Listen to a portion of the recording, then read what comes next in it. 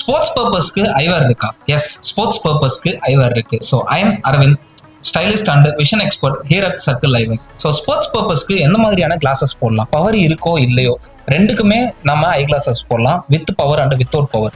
மெயினாக பார்த்தீங்கன்னா sports classes எல்லாமே வந்துட்டு உங்களோட டெம்பிள்ஸ் இந்த டிப்ஸ் பார்த்தீங்கன்னா ஸ்ட்ரைட்டாக தான் இருக்கும்.